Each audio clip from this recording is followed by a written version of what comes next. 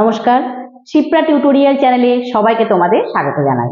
আজকে আমি তোমাদের নবম শ্রেণীর প্রথম অধ্যায়ের আরেকটি বিষয়বস্তু, সেটা আমি তোমাদের আগেই বলেছিলাম যে প্রথম অধ্যায় হচ্ছে ফরাসি বিপ্লব। ফ্রান্সে ফরাসি বিপ্লব কি কি কারণে ঘটেছিল, ফ্রান্সের রাজনৈতিক, সামাজিক, অর্থনৈতিক অবস্থা কিভাবে দায়ী ছিল, সেই নিয়ে কিন্তু প্রথম অধ্যায় আছে। তাই আজকে আমি আলোচনা করব বিপ্লব পূর্ববর্তী ফ্রান্সের সামাজিক কাঠামো। বিপ্লব পূর্ববর্তী ফ্রান্সের সামাজিক কাঠামো বা ফ্রেঞ্চ রেভলিউশন হওয়ার আগে ফ্রান্সের যে সোশ্যাল স্ট্রাকচার ছিল সেইটা আজকে ডিসকাস করব। তো এই যে অষ্টাদশ শতক অর্থাৎ 18th সেঞ্চুরি অর্থাৎ বিপ্লব পূর্ববর্তী মানে ফ্রেঞ্চ রেভলিউশনের আগে সময় ফ্রান্সের সমাজ তিনটি সম্প্রদায় বিভক্ত ছিল বা তিনটে এস্টেটে বিভক্ত ছিল। তিনটে সম্প্রদায় বা তিনটে এস্টেটে বিভক্ত ছিল।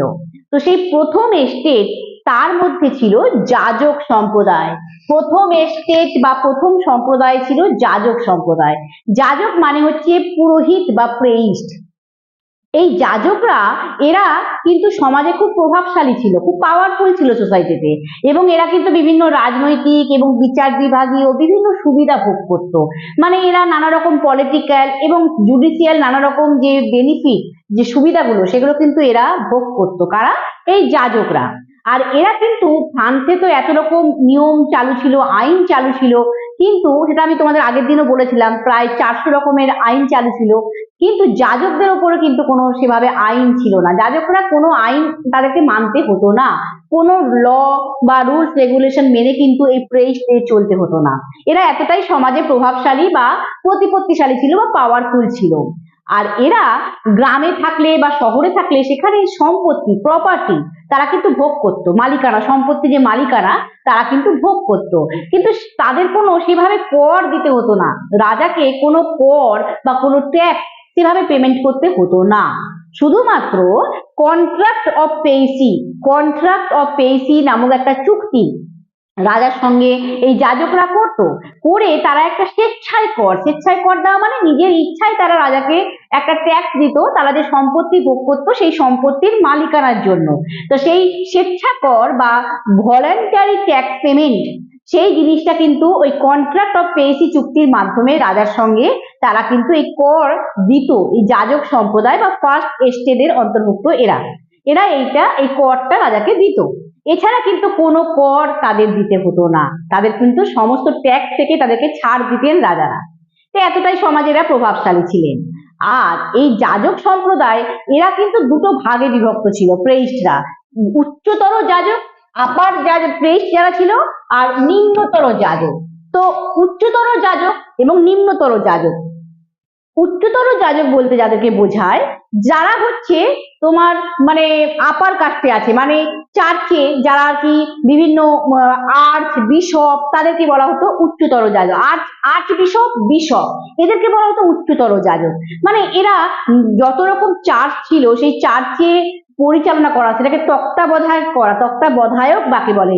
মানে এই যে বিশপ কারা ছিল, বিশপ বলতে বোঝায় যারা চার্চের তত্ত্বাবধান করতো, মানে দেখাশোনা করতো, দেখভাল করতো, সেইটাকে বলা হচ্ছে বিশপ। এবং তারা বিভিন্ন চার্চের ধর্মীয় অনুষ্ঠান, রিলিজিয়াস বিভিন্ন রিচুয়াল, সেগুলোকে যখন পরিচালনা করতো, তারা সেটাকে অর্গানাইজ করতো এবং যাজকদের নিয়োগ করতো। যাজক যারা প্রেইস্ট তাদেরকে নিয়োগ করতো। এরা ছিল উচ্চ যাজক, উচ্চতর যাজকদের মধ্যে পড়তো বা বিশপ। আর আর্চ বিশপ মানে হচ্ছে যারা প্রদেশের প্রধান ছিল। আর্চ বিশপ কারা ছিল? প্রদেশের প্রধান। মানে একটা প্রদেশের মধ্যে যত চার্চ ছিল সেই চার্চগুলো তারা কিন্তু সব চার্চেরই দেখভাল করতো। সমস্ত বিশপরা এদের আন্ডারে ছিল, এই আর্চ বিশপদের। এরা কিন্তু সমাজে খুবই পাওয়ারফুল ছিল, এরা খুবই প্রতিপত্তিশালী ছিল এবং এরা কিন্তু ভীষণভাবে বিলাসবহুল ভাবে আমোদ প্রমোদের সঙ্গে জীবনযাপন করতো। মানে খুবই লাক্সারি লাইফ লিড করতো, খুবই এনজয়ফুল লাইফ লিড করতো এই উচ্চতর যাজকরা বা আপার যারা প্রেইস্ট ছিল। আর নিম্নতর যাজক কারা ছিল? নিম্নতর যাজক ছিল যারা স্থানীয় গ্রামীণ সম্প্রদায়, যারা কি যাজক সম্প্রদায় যারা গ্রামে থাকতো বা লোকাল যারা প্রেইস্ট ছিল, তারা কি ছিল? নিম্নতর যাজক, মানে লোয়ার যারা প্রেইস্ট। আর এরা কিন্তু খুবই সাদামাটা লাইফ লিড করতো, খুবই সিম্পল লাইফ এরা লিড করতো। এদের অত বিলাসবহুল জীবন এরা কাটাতে পারতো না। কিন্তু এদেরও কিন্তু কর থেকে বা ট্যাক্স থেকে ছাড় থাকতো, রাজাদের যে ট্যাক্স দিতে হতো সেই ট্যাক্স থেকে কিন্তু এদের ছাড় থাকতো।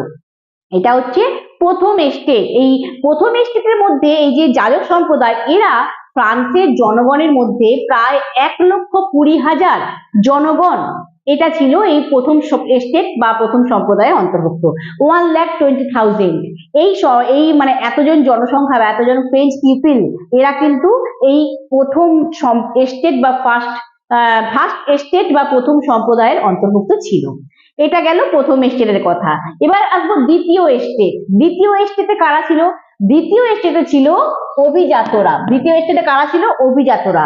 এরা হচ্ছে নোবেল সম্প্রদায় যাদের বলে, নোবেল ক্লাস, এদেরকে বলা হয় অভিজাত বা নোবেল ক্লাস। এরা কি করতো? এরা যত ফ্রান্সের যত প্রশাসনের যে উচ্চ পদগুলো, মানে অ্যাডমিনিস্ট্রেটিভ যে সমস্ত আপার হাই পোস্ট, তার সঙ্গে সঙ্গে বিচার বিভাগের বিভিন্ন হাই পোস্ট, মানে জুডিশিয়াল হাই পোস্ট, উচ্চ পদ, এই সমস্ত পদগুলো বা এই ক্ষমতাগুলো এরা এই নোবেল সম্প্রদায় বা অভিজাত সম্প্রদায় এরা কিন্তু বংশানুক্রমিক ভাবে ভোগ করতো, মানে হেরিডিটারি এগুলো কিন্তু এরা পাওয়ার গুলোকে ভোগ করতো। কারণ একজন অভিজাত ভোগ করলে তার ছেলে এইভাবে কিন্তু বংশানুক্রমিক ভাবে বা হেরিডিটারি কিন্তু এই অভিজাত সম্প্রদায়েরা এই ক্ষমতাগুলো ভোগ করত। এবং পুরো সমগ্র ফ্রান্সে যত জনসংখ্যা ছিল বা ফ্রেঞ্চ পিপল ছিল, তাদের মধ্যে 3,50,000 3,50,000 ফ্রেঞ্চ পিপল বা ফ্রান্সের জনগণ, এরা কিন্তু এই অভিজাত সম্প্রদায়ের অন্তর্ভুক্ত ছিল বা এই নোবেল ক্লাসের মধ্যে ছিল। আর এই অভিজাতদেরও আবার দুটি ভাগে ভাগ করা যায়। কি? একটা হচ্ছে জন্মসূত্রে অভিজাত, একটা হচ্ছে কি জন্মসূত্রে অভিজাত, মানে অভিজাত পরিবারে জন্মেছে এমন সদস্য, অভিজাত পরিবার মানে নোবেল ফ্যামিলিতে তারা বিলং করতো আর কি, তাদেরকে বলা হচ্ছে জন্মসূত্রে অভিজাত বা নোবেল বাই বার্থ। এদের আরেকটা নাম ছিল, এদেরকে সাবেকি অভিজাত বলা হতো, ওল্ড অ্যারিস্টোক্রেট যাদেরকে বলা হয়, অথবা এদেরকে বলা হতো অশীধারী অভিজাত। অশীধারী অভিজাত মানে তলোয়ার ধরতে পারতো, নোবেল বাই সোর্ড। এই তলোয়ারটা ছিল ওদের আভিজাত্যের প্রতীক, তাই তলোয়ারি অভিজাত বা নোবেল বাই সোর্ড, অশীধারী অভিজাত বলা হতো। এই জন্মসূত্রে অভিজাতদেরই বলা হতো। এবং এরা যে জন্মসূত্রে অভিজাত, সেই সম্প্রদায় কিন্তু নিজেদেরকে নিয়ে খুব গর্ববোধ করত। আর সমগ্র ফ্রান্সে যত মানে 3,50,000 অভিজাত সম্প্রদায়ের মধ্যে মাত্র 4,000 জন, 4,000 পিপল, অনলি 4,000 ফ্রেঞ্চ পিপল, এরাই কিন্তু এই জন্মসূত্র অভিজাতদের মধ্যে যুক্ত ছিল, মানে নোবেল বাই বার্থ এই সদস্যরা ছিল। এরা কারা কারা ছিল জন্মসূত্র অভিজাতরা? এরা ছিল রাজার মন্ত্রী, রাজার মন্ত্রীকে বলা হতো, মানে কিংস মিনিস্টার যাকে বলে, সভাসদ মানে কাউন্সিলর যে ছিল, এবং তার সঙ্গে সঙ্গে সেনাপতি, কমান্ডার ইন চিফ, মানে প্রশাসনে যারা যারা ক্ষমতা রাজাকে সাহায্য করতো, সেনাপতি, কমান্ডার ইন চিফ। তার সঙ্গে ছিল প্রাদেশিক শাসনকর্তা, মানে হচ্ছে প্রভিন্সিয়াল গভর্নর, প্রাদেশিক শাসনকর্তা বা প্রভিন্সিয়াল গভর্নর। এরা সবাই কিন্তু এই জন্মসূত্রে অভিজাত সম্প্রদায়ের অন্তর্ভুক্ত ছিল বা নোবেল বাই বার্থ এদের মেম্বার ছিল। আর মানে অনলি 4,000 পিপল। আর বাকি 3,46,000 জন বা 3,46,000 ফ্রেঞ্চ পিপল, এরা কারা ছিল? এরা ছিল পোশাকি অভিজাত বা কর্মসূত্রে অভিজাত। কেন? এরা কারা ছিল? আসলে রাজারা, ফ্রান্সের যে রাজারা, তাদের নিজেদের প্রয়োজনে, নিজেদের অর্থের প্রয়োজনে, তাদের যখন মানি বা টাকার প্রয়োজন হতো, তারা কি করতো? প্রশাসনের বিভিন্ন পদগুলোকে তারা বিক্রি করে দিত, মানে অ্যাডমিনিস্ট্রেটিভ বিভিন্ন পোস্টগুলোকে সোল্ড আউট করে দিত। এবং সেইগুলো যারা কিনতো, যে সমস্ত অভিজাতরা কিনতো অর্থের বিনিময়, তারাই কিন্তু পোশাকি অভিজাত বা কর্মসূত্রে অভিজাত, মানে এলিট এমপ্লয়ি নামে পরিচিত ছিল। আর এদেরই সংখ্যা কিন্তু বেশি ছিল, এরা খুব পাওয়ারফুল ছিল, আর এদের সংখ্যাও কিন্তু অনেক বেশি ছিল। এই কর্মসূত্রে অভিজাতরা এরা কারা ছিল? এরা মূলত প্রশাসন এবং আইন বিভাগের উচ্চপদস্থ কর্মচারীরা ছিল, মানে যত ফ্রান্সের যে অ্যাডমিনিস্ট্রেটিভ ডিপার্টমেন্ট, তার যত হাই পোস্ট এবং বিচার বিভাগ, জুডিশিয়াল ডিপার্টমেন্টের যত হাই পোস্ট, এরা কিন্তু ভোগ করতো। এরা ওই যে বললাম বংশানুক্রমিক ভাবে ভোগ করতো, হেরিডিটারি ভাবে তারা কিন্তু ভোগ করতো। এই যে পোশাকি অভিজাতরা, এদের পোশাকটাই ছিল আভিজাত্যের প্রতীক, যে পোশাকটা এরা পরতো, ওদের ড্রেসটাই সিম্বল ছিল অ্যারিস্টোক্রেসি।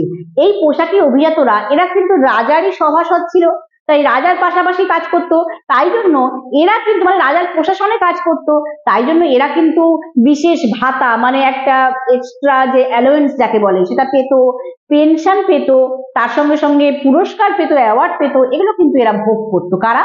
এই পোশাকি অভিজাত বা কর্মসূত্রে অভিজাতরা। এরাও কিন্তু সমস্ত কর থেকে এদের মুক্ত থাকতো, এদের খুব একটা বেশি কর দিতে হতো না, তবু অল্প বিস্তর দিতে হতো, কিন্তু এরা সুযোগ সুবিধা কিন্তু অনেক বেশি ভোগ করতো। এই হলো দ্বিতীয় এস্টেট, দ্বিতীয় এস্টেট বা দ্বিতীয় সম্প্রদায়। এবারে আসবো আমি তৃতীয় সম্প্রদায় বা থার্ড এস্টেট, যে এস্টেটটাই কিন্তু ফ্রান্সের জনগণদের মধ্যে বেশিরভাগ ছিল, মানে ফ্রান্সের যত জনসংখ্যা ছিল তার 97% ছিল তৃতীয় সম্প্রদায়ের অন্তর্ভুক্ত, থার্ড এস্টেটের মধ্যে 97%। ভাবতে পারছো এতজন জনসংখ্যা, এবং কিন্তু 97% ছিল, কিন্তু 95% মালিকানা, সম্পত্তির মালিকানা কিন্তু প্রথম দুটি এস্টেটই ভোগ করতো, আর মাত্র 5% সম্পত্তি ফ্রান্সের যা ছিল, প্রপার্টি যা ছিল সেটা ভোগ করতো এই তৃতীয় সম্প্রদায়, যেটা যাদের জনসংখ্যা ছিল সব থেকে বেশি। সেটা তোমাদের আমি যখন অর্থনীতি আলোচনা করবো, ফ্রান্সের অর্থনৈতিক অবস্থা, তখন বলবো। এখন সামাজিক কাঠামোটাই বলি, সোশ্যাল স্ট্যাটাসটা এদের আলোচনা করি। তো এই তৃতীয় সম্প্রদায় ছিল 97%। আর এই তৃতীয় এস্টেট, থার্ড এস্টেট বা তৃতীয় সম্প্রদায়ের অন্তর্ভুক্ত যারা ছিল, ফ্রান্সের মোট জনসংখ্যা ছিল 2,50,00,000 সেই সময়, মানে ফ্রেঞ্চ রেভলিউশনের আগে। তার মধ্যে 2,40,00,000 মানে 2,40,00,000 ফ্রেঞ্চ পিপল, এরা কিন্তু ছিল এই থার্ড এস্টেটের অন্তর্ভুক্ত, তৃতীয় সম্প্রদায়ের অন্তর্ভুক্ত। আর এই তৃতীয় সম্প্রদায় কারা কারা ছিল? তৃতীয় সম্প্রদায়ে কিন্তু ছিল, প্রথম ছিল বুর্জোয়া সম্প্রদায়। প্রথম সম্প্রদায় কারা ছিল, মানে তৃতীয় এস্টেটের মধ্যে বুর্জোয়া। এই বুর্জোয়া বা বুর্জোয়াসি কথাটা এসেছে, বুর্জোয়া কথাটি এসেছে বার্গার শব্দ থেকে। বার্গার কথাটির অর্থ হলো নাগরিক শ্রেণী, কিন্তু এরা যে সবাই নগরে বাস করতো বা শহরে বাস করতো তা না, এরা গ্রামেও বাস করতো।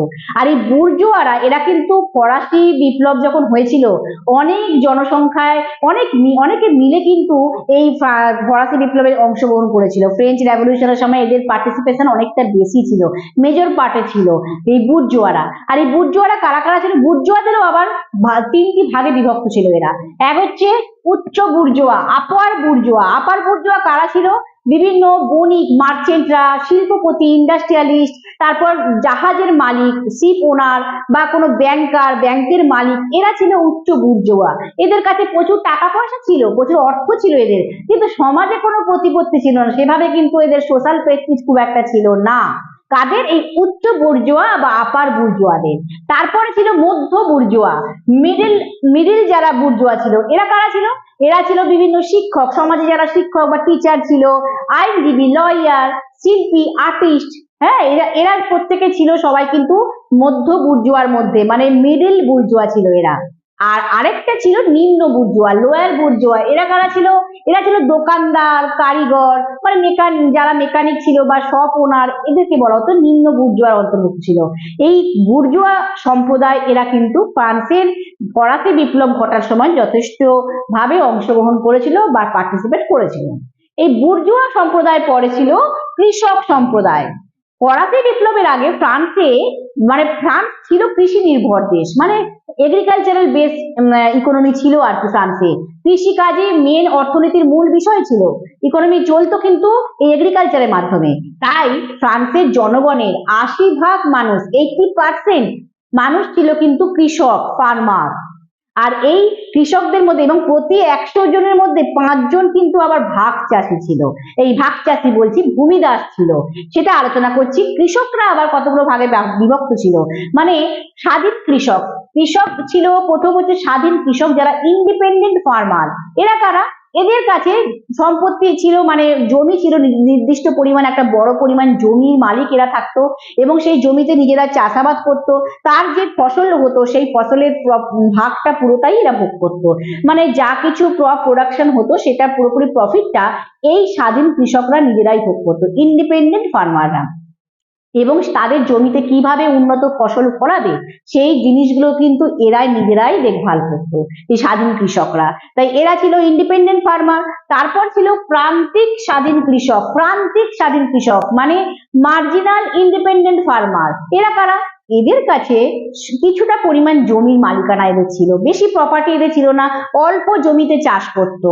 তাই বড় মানে স্বাধীন কৃষকদের অনেকটা জমি থাকতো, এদের অল্প জমি থাকতো, তাই এদেরকে বলা হতো প্রান্তিক স্বাধীন কৃষক বা মার্জিনাল ইন্ডিপেন্ডেন্ট ফার্মার। তারপর ছিল ভাগ চাষি। ভাগ চাষি একটা মানে ভাগ ছিল, ভাগ চাষি মানে হচ্ছে শেয়ার ক্রপার। এরা অন্যের জমিতে চাষ করতো, তারপর যে ফসল হতো বা উৎপন্ন ফসলের একটা ভাগ তারা পেত এই চাষিরা, এদেরকে ভাগ চাষি বলা হতো বা শেয়ার ক্রপার। আর কারা ছিল? আর ছিল ভূমিদাস, যাদের কথা বললাম, কৃতদাস বা ভূমিদাস। এরা প্রতি 100 জনের চাষিদের মধ্যে মানে 5 জন ছিল কিন্তু এই ভূমিদাস। এরা অন্যের জমিতে চাষ করত, তাদের কৃতদাসের মতো খাটাতো, তারা কিন্তু সেভাবে কিছুই ফসলের ভাগ পেত না, তারা শুধু বেগার খেতে যেত। আর এটাই 100 জনের মধ্যে 5 জন, ভাবতে পারছো এটা কিন্তু ভূমিদাসের সংখ্যা ছিল। তাই কৃষক সম্প্রদায়ের মধ্যে সব থেকে বেশি কিন্তু ভাগ চাষ এই ভূমিদাসেরাই ছিল। আরেকটা সম্প্রদায় থার্ড স্টেজের মধ্যে ছিল, সেটা হচ্ছে শ্রমিক শ্রেণী, লেবারিং ক্লাস। শ্রমিক শ্রেণী মানে যারা শ্রমজীবী মানুষরা, লেবার করে থাকতো, সেই ভোরবেলা থেকে পরিশ্রম করতো গভীর রাত্রি অবধি। যেমন দিনে মজুর যারা আর কি, তারা ছিল কুলি, মানে মুটে, রাজমিস্ত্রি, মেশন, তারপর হচ্ছে দারোয়ান, গার্ড, তারপর বাগানের মালিক, গার্ডেনার। এরা ছিল সবাই এই শ্রমিক সম্প্রদায়ের মধ্যে। তারা পরিশ্রম করে তারা কিছু সামান্য উপার্জন করতে পারতো। তারা যে পরিমাণ পরিশ্রম করতো সে পরিমাণ কিন্তু বেতন পেত না, তাদের লেবার অনুযায়ী তারা কিন্তু স্যালারি পেত না, এবং তাদের যে বেতন বা স্যালারি তার 75% তাদের খাবার কিনতেই চলে যেত। মানে 75% স্যালারি তাদের কিন্তু খাবার কিনতে, শুধুমাত্র খাবার খাওয়ার জন্যই বেরিয়ে যেত। তাই জন্য তাদের আর বাকি 25%-কে তাদের থাকার জায়গা, মানে আরো বেশি করে কোথাও পোশাক আশাক এইসবের জন্য মানে খরচ করতে তাদের খুব কষ্ট হতো। তারা বেশিরভাগ সময় কিন্তু ভিক্ষাবৃত্তি পালন করতো, ভিক্ষা করে দিন কাটাতে হতো, বেগার ট্রিপ করতে হতো। তো এই ছিল শ্রমিক সম্প্রদায়, যাদের খুবই সমাজে খারাপ অবস্থা ছিল। তো এই হলো তোমাদের আমি বললাম 3টি সম্প্রদায় ফ্রান্সে বিভক্ত ছিল, মানে স্তরবিন্যাস সামাজিক ব্যবস্থা ছিল সেই সময়। হ্যাঁ, যে 3টি স্টেটে ফ্রান্স ডিভাইডেড ছিল, ফ্রান্সের সোসাইটি। তো এই সমাজের 3টি কাঠামো বা 3টি বিভাগ আলোচনা করে এর থেকে বোঝা যায় যে প্রথম দুটি সম্প্রদায় মানে ফার্স্ট স্টেজ এবং সেকেন্ড স্টেজ, এরা কিন্তু বেশিরভাগ সুযোগ সুবিধা সমাজে ভোগ করত, সম্পত্তির মালিকানা ভোগ করত, সুযোগ সুবিধাও বেশি ভোগ করত। কিন্তু তৃতীয় সম্প্রদায় যাদের সংখ্যা বেশি ছিল, তারা কিন্তু সমস্ত দিক থেকে বঞ্চিত ছিল, তাদের সেভাবে তারা কিন্তু সুযোগ সুবিধা পেত না। তাই এর থেকে বোঝা যায় যে সমাজ কতটা বৈষম্যপূর্ণ ছিল, মানে ডিসক্রিমিনেটরি সোসাইটি ছিল ফ্রান্সে ফরাসি বিপ্লবের আগে 18th সেঞ্চুরিতে, তো অষ্টাদশ শতকে আর কি। তাই এই যে মানে কি বলবো বৈষম্যমূলক সমাজ ব্যবস্থা, সমাজে এত যে বৈষম্য ছিল, সেটা কিন্তু ফরাসি বিপ্লব ঘটাতে বিশেষভাবে সাহায্য করেছিল। কেন একটা শ্রেণী, দুটো শ্রেণী সব ভোগ করবে, আর একটা শ্রেণী যারা সব থেকে জনসংখ্যায় বেশি ছিল তারা সবকিছু থেকে বঞ্চিত হবে, কতদিন সেটা চলতে পারে? একটা সময় তাদেরও তো সহ্যের বাঁধ ভাঙে, তারা তো বিদ্রোহ করবে, তারা তো বিক্ষোভ করবেই। সেটাই কিন্তু হয়েছিল, ফ্রেঞ্চ রেভলিউশন হয়েছিল, এবং সেখানে কিন্তু এই থার্ড স্টেজের মধ্যে বুর্জোয়া সম্প্রদায়, শ্রমিক সম্প্রদায়, এরা কিন্তু যথেষ্ট পরিমাণে অংশগ্রহণ করেছিল। তাই ফরাসি বিপ্লব ঘটার ক্ষেত্রে এই যে বিপ্লব পূর্ববর্তী ফ্রান্সের এই যে সামাজিক কাঠামো বা এই যে সোশ্যাল স্ট্রাকচার, এটা কিন্তু অনেকখানি দায়ী ছিল, এর কিন্তু অনেকটা রোল ছিল। আশা করি তোমাদের বোঝাতে পারলাম কেন ফরাসি বিপ্লব ঘটার ক্ষেত্রে সামাজিক স্তরবিন্যাসটা কিভাবে দায়ী ছিল, কিভাবে সমাজ বিভক্ত ছিল, বৈষম্যমূলক সমাজ ব্যবস্থা চালু ছিল। আশা করি তোমরা এই ব্যাপারটা বুঝতে পারলে। এইখানে আমি এই বিষয়ের আলোচনা শেষ করছি, এবং আলোচনা শেষে তোমাদের বলতে চাই, যারা চিত্রা টিউটোরিয়াল চ্যানেল আর কি এখনো সাবস্ক্রাইব করোনি, তারা অবশ্যই চ্যানেলটা সাবস্ক্রাইব করে নাও, পাশে থাকা বেল আইকনটি অবশ্যই প্রেস করো, তবে নোটিফিকেশন পাবে। আর যারা তোমরা রেগুলার আমার চ্যানেল ফলো করছো, যারা 8 থেকে 9-এ উঠেছো, তারা 9-এর আমি বিষয় বস্তু আরো দেবো তোমাদেরকে, তাই যারা দেখছো তারা তোমাদের বন্ধু বান্ধবদের মধ্যে শেয়ার করো, তারাও উপকৃত হবে। এইখানেই আমার আলোচনা আমি শেষ করছি। নমস্কার।